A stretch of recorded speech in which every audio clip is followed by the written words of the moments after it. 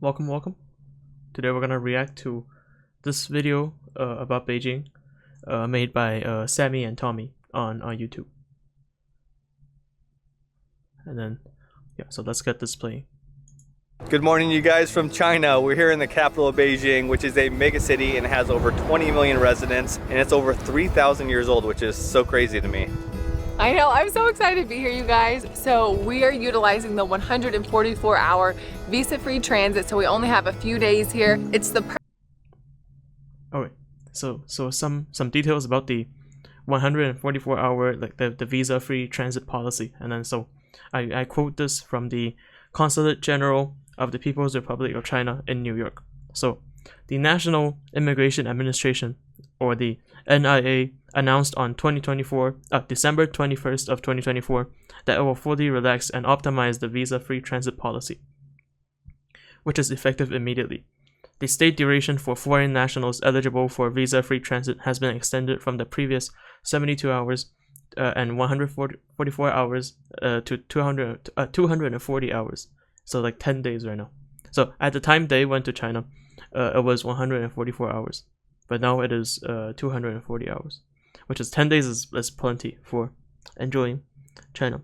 So individuals from 54 eligible countries, including Russia, Brazil, the United Kingdom, and the United States of America, and Canada, traveling from China to a third country region, can enter a visa-free through any of the 60 open ports in 24 provinces, autonomous regions, and municipalities, and stay within the allowed areas for visa-free transit travelers for no more than 240 hours. So basically, if you're transiting through China to somewhere like maybe if you're going to Thailand, if you're going to Thailand and then you transit through China, you can stay here, you can leave the airport and you can stay here for 10 days and then do everything, and then yeah. Okay, so let's keep playing. perfect amount of time for us to get our first impressions of the city and this country. Look how beautiful this place is too. We have perfect weather today. It's going to be a fantastic day. One thing to mention about the perfect weather, I mean the sky is not blue, and then it's a concrete sort of color, and then so it's not necessarily perfect weather, and then I think they will feel it themselves when they get on the Jingshan mountain, which is a scenic point, and then when they see the sort of the view distance and then the clarity, and they will see this weather is not necessarily perfect. We're just heading over to Jingshan Park right now. It's supposed to have like the highest point in the old city and offer like really amazing views over the Forbidden City. So that's where we're headed now. So the first thing I noticed when coming here to Beijing is how quiet everything is. For a huge city with so many people, like we're walking down one of the main roads now and most cars are electric, which is really nice, so I can talk on the side of the road without. And so about the quietness of Beijing, it's like it is true that most of the cars are electric because the government has subsidies to sort of like make the automobile industry more green. So they have lighter restrictions on people who buy electric cars versus the ones who are buying oil cars. So it's an incentive to buy more electric cars, and then plus the prices are way cheaper with the electric cars. But I mean, this area is a more regulated area because it's in the center. Let me show you on Google Maps. It's right here. This is Tiananmen, which is like the very, very center of China or Beijing. And then Jingshan is this is the Forbidden City, and then Jingshan is right here. So it is still in the first, it's like the first rim or like the center rim of the city. So this place is very, very heavily regulated. So you wouldn't see many scooters and then or people with like it's like the very crazily tuned oil cars with the exhaust sounds here. But if you go somewhere else, I mean, and then other parts of Beijing, other parts of China, the scooter problem is still very much there, and it can still be very loud. So yeah, that's my take on it. Worrying about the noise. It's just so surprising how quiet and peaceful everything is. Plus all the greenery, it's so pretty.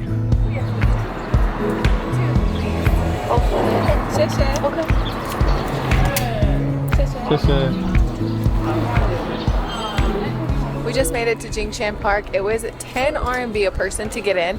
I did read that they raised the prices slightly between April and May because there's so many beautiful flowers, and so obviously the entrance goes up because more people come to visit the park. And immediately as soon as we stepped in, you could just like smell all of the flowers and see all of the beautiful flowers. So yeah, excited to be here. Wow, look at these red ones. These are so pretty. They smell amazing. Wow, this park has such a great vibe. It is so quiet and peaceful. It's great to see everybody enjoying it, especially all the locals, everybody with their huge lenses, taking so many photos. And the variety of flowers is blowing my mind a little bit. So cue a B-roll montage of all the flowers.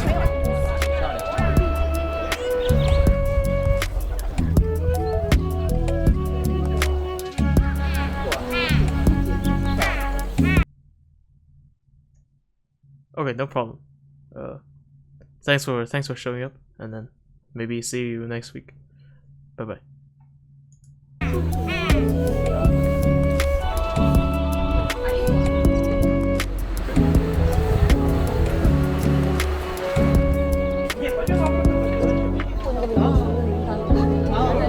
Yeah, you can see in the distance the weather is not necessarily perfect. You can see the view distance is quite limited. Or like if you're talking in Minecraft terms, it would be the render distance is quite limited. Okay, I think we made it up to the main viewing point up here. That's where all the people are lined up. It overlooks the entire Forbidden City, which is so cool. Snagged us a spot. How beautiful is this view, right? I know. I love all of the orange roofs.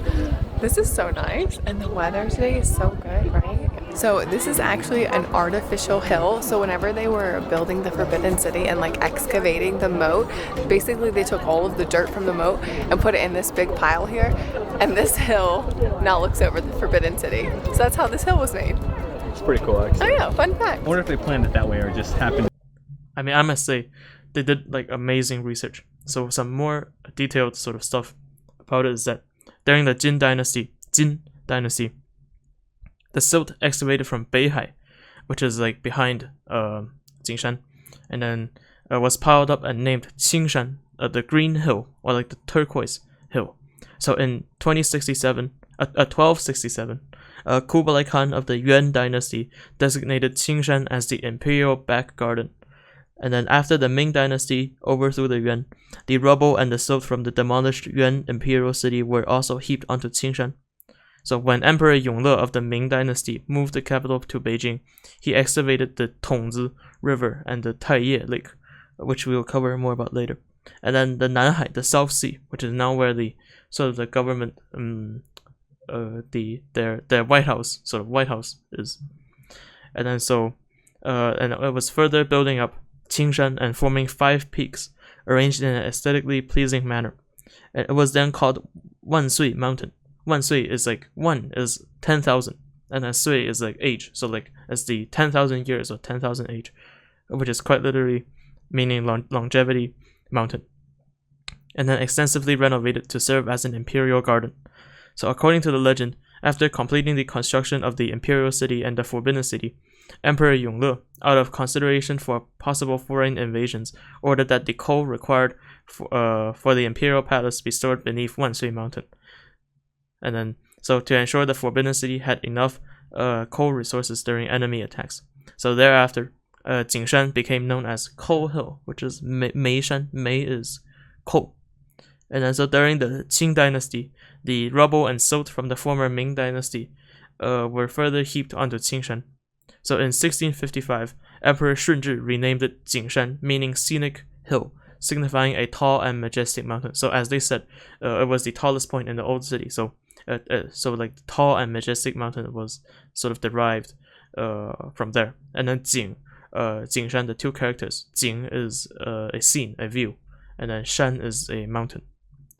So yeah, and then the Tongzi River we were just talking about is that it's called the Jinshui River, as commonly known as the Tongzi River or the moat. So like they said, when they were excavating the moat, the rubble and all that was piled on here. So the moat is around here. And so it was divided into the inner and outer Jinshui rivers. So the river flowing in front of the gate of the Supreme Harmony, Taihemen, which is somewhere there. And then inside the Forbidden City is the inner Jinshui River. And then so the part flowing in front of Tianmen, which is, let me pull it up, Tianmen, this area. It was covered after like when the after 1949 when the People's Republic of China came to be, but like it was here. You can see still some remnants of the water here. And then so is the outer Jinshui River, and then as a key system of the Forbidden City, the Jinshui River not only beautified the palace city, but adhered to feng shui principles. Oh no, did I cut off?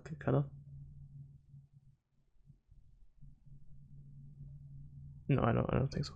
Okay, so it adhered to sort of it's related to feng shui, and then it served functions such as fire prevention and drainage. So when they, for example, if a fire happened, they just pour out the water from the river. You can see the river here. Pour it out and then just like sprinkle it on the buildings. And then also if rain is like flooding, and then the rain can flow in here, and then a cycle is just formed around. And then, so this is the moat. Yep. I think they did plan it. It's like very feng shui. Everything's very methodical, I think. And also I liked how they mentioned feng shui. So the Forbidden City, some more details about the feng shui is that it is located on the northern dry dragon vein of Beijing, and backed by Jingshan as the support mountain, called Kaoshan, is like leaning on it and then as support, so Kaoshan, and then facing Yongdingmen as the table mountain, Chaoanshan, forming the feng shui layout of surrounded by mountains and embraced by water. And then so Jingshan serves as the main mountain, and together with the palace acupoint, which is the Forbidden City, and the table mountain Yandun outside Yongdingmen constitutes the feng shui core. So feng shui is a form of superstition, and it refers to the physical configuration of residential sites or tombs, such as the direction of earth veins, mountains, and water. So yeah, that's some about the feng shui of the Forbidden City. Perfect, brother. So good, man. Thank you. I mean, also like their spontaneity is very respectable. It's like they're filming these people, and then and then this thing is this is a childhood toy of mine. This is called 百变魔尺. Is like 100 different forms of, it's like a stick, but you can twist the edges. Like every one of these edges is you can twist it and you can form all kinds of shapes. And then it's a very fun toy. Okay. You guys, thank you. Thank you.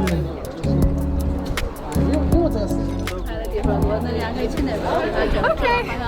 They got my photo. That was interesting. What were you taking a photo of? The sign at the ground says the central point of Beijing, but it's so funny. I was standing next to it, and then like 10 people, like one after another, just go in front of me for their photo. I keep trying, but I don't think I'm gonna get up there. People just.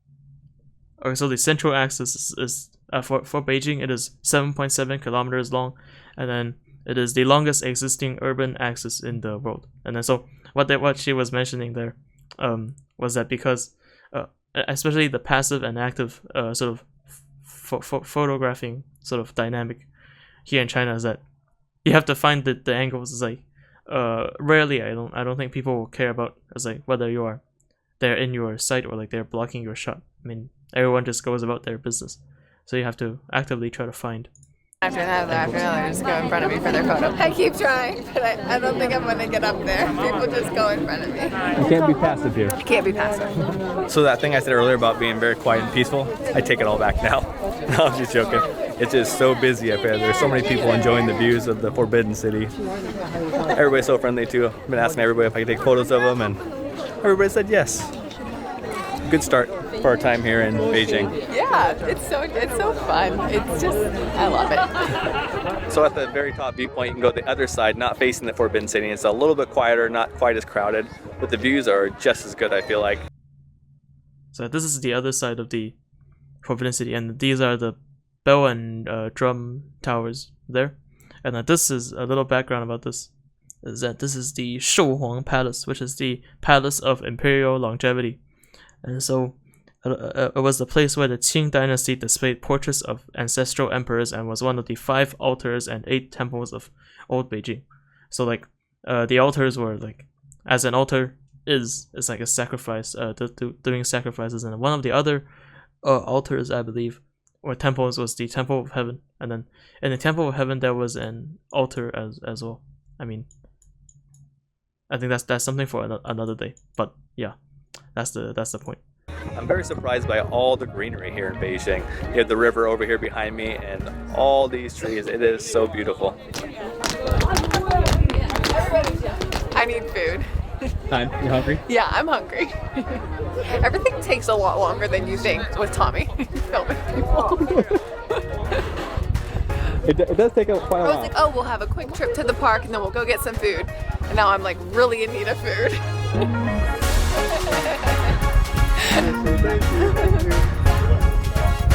Oh, you guys, so good, so good. Welcome to Beijing. So beautiful, you guys. Thank you. So great, man. I appreciate it. Awesome views, great weather, all the friendly people, Yeah. and yeah, just great sights of the whole city. And I worked up an appetite. So what's our first meal here going to be? Peking duck. Peking duck. It's not Peking actually duck. our first meal. We had a meal last night, which was delicious, so good. What'd you have? Oh, we had officially had Kung Pao chicken. Oh, it was so good It though. was amazing. And then we had this like this beef dish with like Chinese celery. It was so spicy that it burned Tommy's tongue and made him numb. Yeah, my tongue was numb for like hours. But the host we had was so sweet. He let us try their plum wine too, which was so delicious. Served with like these flowers. Cheers. To China, huh? To China. And we had a beer, a Chinese beer. A few beers because my mouth was on fire. But such good food so far. Anyway, let's go eat.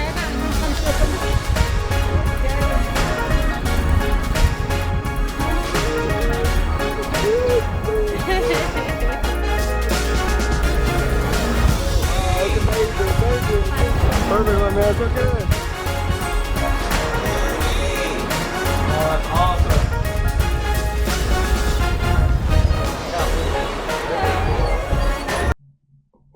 Okay, so this these 3 characters here is Di An Men, and so Di An Men was initially named Beianmen, which is North Peace Gate, and so in 1651 it was renamed into Dianmen, and then so it was then rebuilt in 1652, and then it was commonly referred to as the Back Gate, and so Dianmen was one of the 4 gates of the imperial city, and then there's Tiananmen, Dianmen, Dong'anmen, and Xi'anmen, and then Dong'anmen and Xi'anmen basically is Dong is east, and then Xi is west, and then Tiananmen, Tian is heaven or like the sky, and then Di is the ground, and then so you can see Tiananmen is here, and then Dianmen is located north of Jingshan. So if we go up, and this is the Forbidden City. Jingshan is here, and then if you go higher up, and then Dianmen is somewhere along this axis. But yeah, so like this is the sort of the back gate, even though it was facing the north. The back gate, and then the front gate, or like Tiananmen is here. So yep, there's some locational or like directional facts.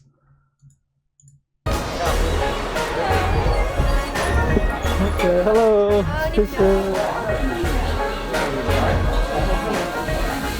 Chances are, if you're coming to Beijing, you're gonna order the duck. So we're in the Dianmen area. It's basically like the road that's leading from where we were this morning, Jingshan Park, to the drum and bell towers that we're going to next. And this little roast duck shop just happened to be like on the way.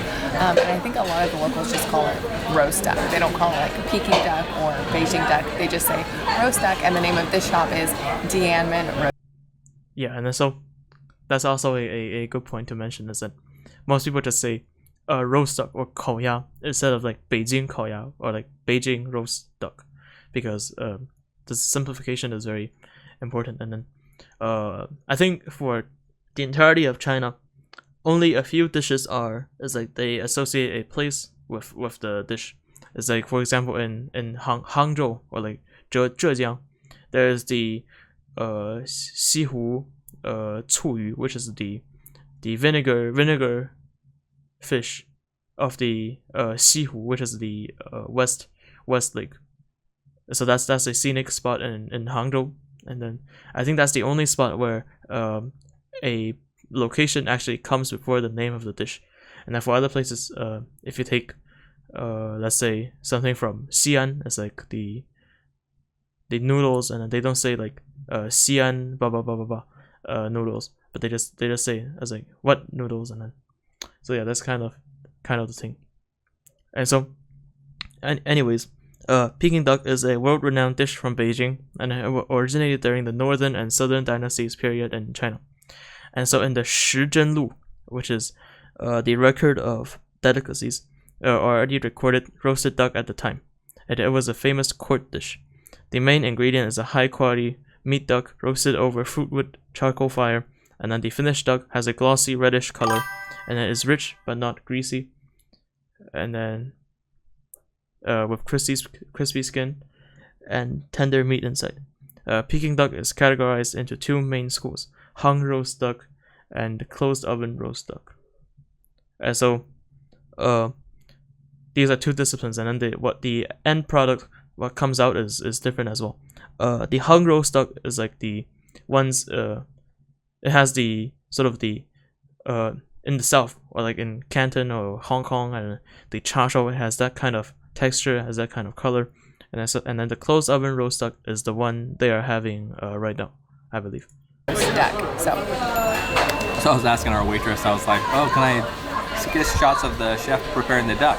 She pointed behind me, right in the entrance door. When we walked in, I missed it. They have all these ducks in this refrigerator system. They take them out, hang them up outside this fireplace, and then inside you can see there's like 12 of them already roasting in there. And the guy takes them out with a big hook and hangs them out to cool off, and then one of the guys goes through and cuts them all up to smell it, you guys. I am pretty ecstatic right now. So I asked the waitress what she recommends to go with the duck, and she recommended this Chinese salad, which we've never had before. it already looks amazing. It has some of my favorite things: cilantro, sesame seeds, noodles. Looks amazing. So you put this one here with this. Yeah. Okay. This. Okay.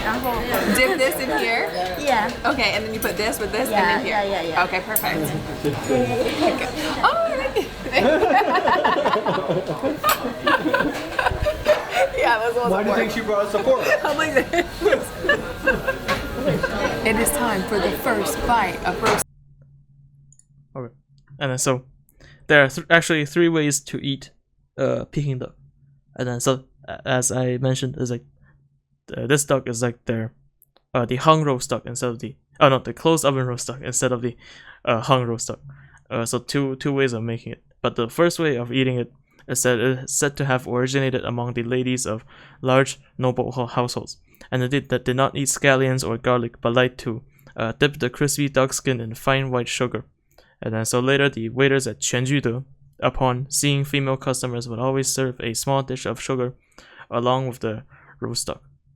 And so the second way of eating Peking duck is with sweet bean paste with scallion strips, optionally accompanied by cucumber or radish strips, and then use chopsticks to take a bit of the sweet bean paste and then spread it on the lotus leaf pancake, which is this thing. And then to wrap duck meat was also a popular seasoning method in and then so you place several slices of duck on top and then add some scallion, cucumber, and radish strips, and then roll it up with the pancake. And so the third way is garlic paste accompanied with sweet bean paste, and then so which can also be accompanied by radish strips. And so using a lotus leaf pancake to wrap duck meat was also a popular seasoning method in earlier times. So the garlic paste helps cut through the greasiness because the garlic has a salty and then a little bit spicy flavor. And then so you dip the sliced roast duck in garlic paste and the sweet bean paste. And so the fresh aroma is enhanced with a bit of spiciness, and then so the flavor is formed that way. Duck. It looks just like crispy, so juicy and delicious. It's so good. I can't tell you how good it is. Cooked perfection, so crunchy. The meat is so moist. And this might be the best duck I've ever had. This is a lotus leaf pancake. Oh, a few seconds back, you can see this is the sweet bean paste, the cucumber, and then the this is the scallion, and then the sugar is here. I mean, they don't have garlic here, but the way I like to eat it is with the scallion, garlic, and then the paste, of course, and then so that's my way of eating it. It doesn't make me hungry. I haven't had breakfast yet.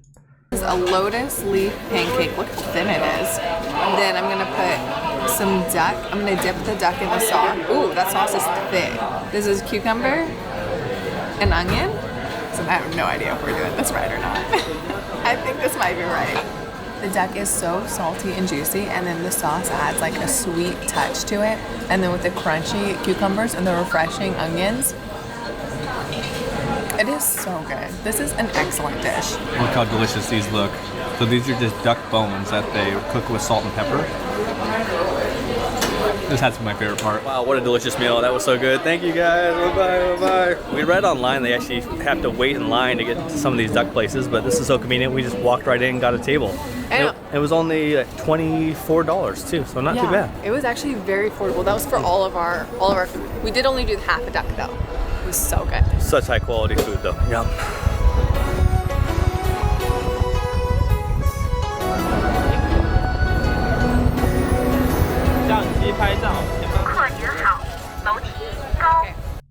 Oh yeah, what that plaque was saying is that this is the national, as like a very important historical sort of protection site, and then this is the Beijing drum and bell towers, and then this is the command from the Chinese national sort of national administration of like cultural historical protection, and then this is the time of issuing, so like 1996, November 20th. Okay. I have tickets. How much were they? Okay, so it was 30 RMB for both towers. Oh, scarf. 30 RMB for both towers. So these are the drum and bell towers. The sign over there said only buy the tickets if you can climb the very steep stairs. Both of them have very steep stairs. So there used to be a tradition where at dawn they would. Yeah, in the background, there was a loudspeaker sort of announcing also that it's tall and steep stairs, and then so be careful. And then so if you can't climb it, don't buy the ticket. That's very nice of them to mention it. It's like both the site and then also them. Would, I think, ring the bell, and then at dusk they would bang the drums. Hope I got it in the right order. And so they built these drum and bell towers all over China. The ones specifically here in Beijing are the biggest in China, and they're pretty massive. And we're going to go climb up the stairs on both and see the views over the city.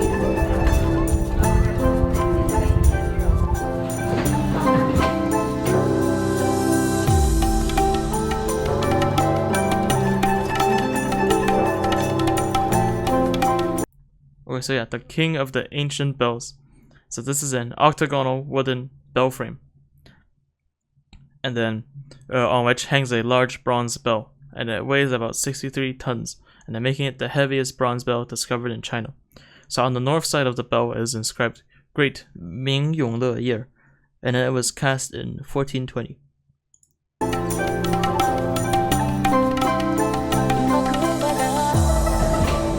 Wow, it is so steep.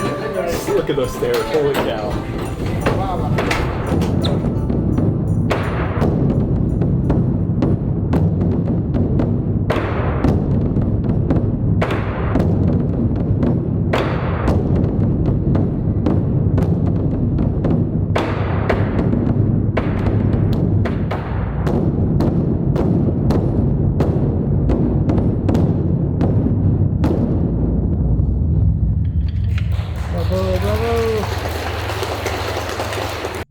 Okay, so yeah, about the drums. So the drum tower still houses 25 drums, and of these 24 are reconstructions based on historical records, while one is the original main drum from history. And so the drums are covered with whole cowhide. And so this main drum was used in the opening ceremony of the 1990 Asian Games in Beijing. Wow, that was so worth the wait. I can't believe how powerful those drums are. That was so cool. That was fun, right? Yeah, that was so cool. How does one become a drummer at the drum tower? That's what I thought. I was like, those guys just hang out. Well, I don't know what they do all day, but every hour an hour, they bang the drums. How does one apply for that job? I could get down with that. Oh yeah, about the drums. I read about this. I don't know if it's for sure, but the thing with this is that either it's because the government is organizing sort of volunteer events, and then there's also an effort in sort of cultural preservation, because if this batch of drummers, if they retire and then nothing and nobody knows about how to do the drums, then sort of the culture is lost. So they organize these volunteer events where teenagers or young adults can learn from them, and then also know how to operate the drums. So that's how I think an average civilian can be a drummer. At the drum tower. That's what I thought. I was like, those guys just hang out. Well, I don't know what they do all day, but every hour an hour, they bang the drums. How does one apply for that job? I could get down with that.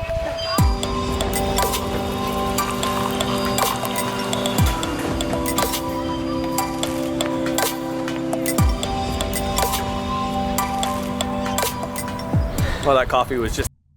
And then this shop is like 钟楼 钟鼓, and then so this is the bell, and then this is the drum, and then yin is like drink, and then sort of as like the time of drinking is like in the bell and drum tower. And they also have these sort of cakes, and yeah, these kinds of very sort of decorative, very pretty desserts, cakes, and then so these are quite expensive, and then sometimes they don't taste as good as they look. But I mean, this one looks amazing. No kidding.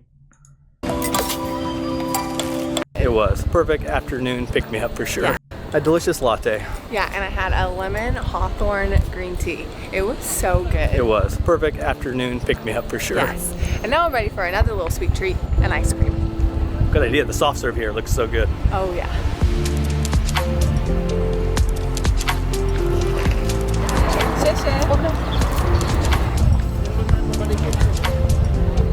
We just found a really nice pedestrian-only street. Just kind of wandering around. Has lots of like shops, souvenir shops, snacks to try. And I see my second sweet treat over there. You can never pass those down. No, ever since we had them in Taiwan, every time we see them, I get one. Yeah, so these are the 冰糖葫芦. So it's a stick, and then there's all kinds of fruits, and then there's strawberry, and then orange, and then there's also like ones with hawthorn, and then so yeah, this is I talked about this in one of my older streams, that this has the benefit of it helps with the body, and then it has good health benefits if you're looking from a Eastern medicine sort of perspective. These are so delicious. Sugar-coated strawberries. Juicy strawberry, crunchy sugar. Let's hear the crunch. Oh wow, look at that strawberry. It looks so fresh. Oh yeah, I forgot to mention that this is a sort of seasonal thing. It's like the vendor that I buy it with is like they only sell during the winters, because in the summer the sugar is like easily melts and it gets very messy.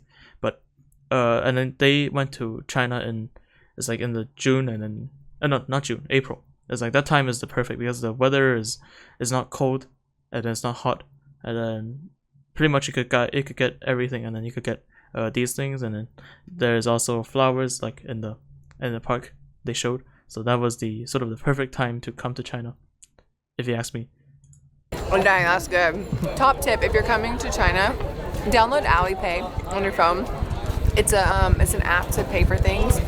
It's like cashless, you connect your credit card. It's taken more than cash and credit card. Like our credit cards aren't accepted, so you need to download Alipay to pay for things. This is not an ad for Alipay. It's starting to sound like one. It's a helpful top tip. This is an amazing tip. Yeah, so in China, it's like they have changed into most vendors don't accept cash, or like if you give them cash, they can't give you much change. So an electronic app like Alipay is very important, and then there's also like WeChat Pay, but WeChat Pay is harder to set up than Alipay, because Alipay, I think they can like let you connect with like MasterCard and then or Visa, all of that. But WeChat Pay requires first of all a WeChat account, and then I think you need a Chinese phone number to set up a WeChat account. Yeah, this is cashless shopping. Yeah.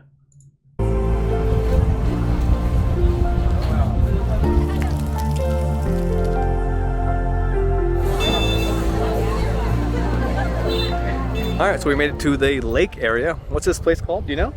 Yeah, well, it's like a series of lakes, but I think this one in particular is the Chineseculture Lake, and it's surrounded by like a bunch of hutongs and neighborhoods to explore. It's really nice. It's so beautiful, so quiet too. I love everybody's on bicycles or on these little rickshaws, which you can take a ride around on these little paths. Pretty sweet way to. And so about the Shichahai, so like Alipay can also be used to pay for public transport. Exactly. Yeah, that's a good mention. And so during the Yuan Dynasty, it was called, this area, Shichahai, was called Jishuitan. So in the Ming Dynasty, the name gradually changed to Shichahai.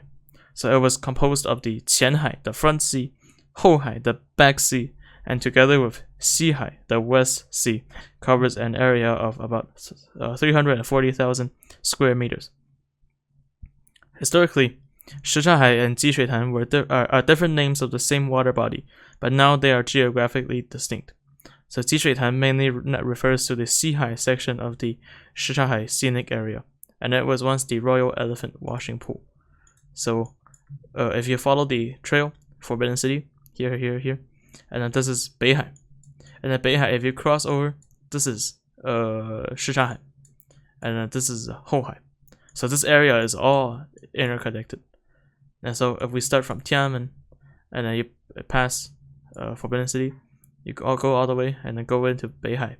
And then after Beihai, there's an exit right over somewhere here, where you can just cross the road and then you can enter Shichahai and then Houhai. So, I mean, they're operating sort of, if I want to summarize like, let's like Sammy and Tommy's, their route for today is like, they started here, this is Jingshan, and then they sort of left, and then they went all the way down the road and then found the Peking duck place, and then they turned and then went into Shichahai.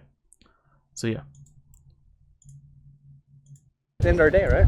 Yeah, it's been such a great day. Beijing has not been what we expected at all. I definitely expected like a loud, crazy, noisy traffic city, and it's truly been like the complete opposite. Everything is quiet, the cars are electric, there's so much nature.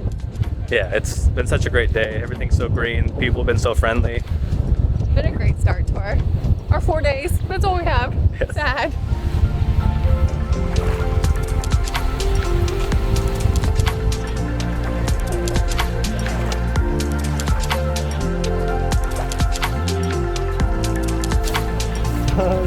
Thank you. Ah, so beautiful. Thank you.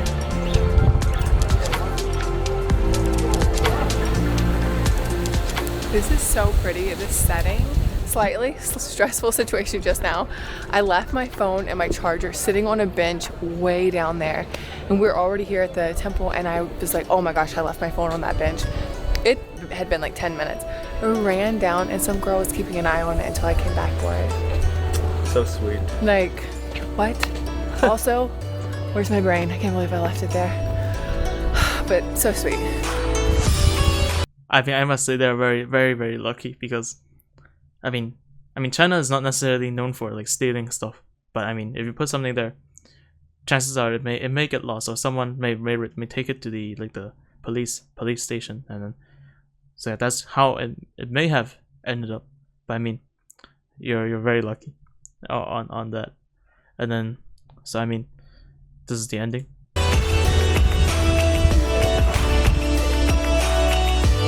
Oh, perfect. Thank you. What a perfect spot to end our first day here in Beijing. We're filming a few more videos here, which we can't wait to show you guys. Thank you guys for watching. We love all you guys. Can't wait to show you more here in China.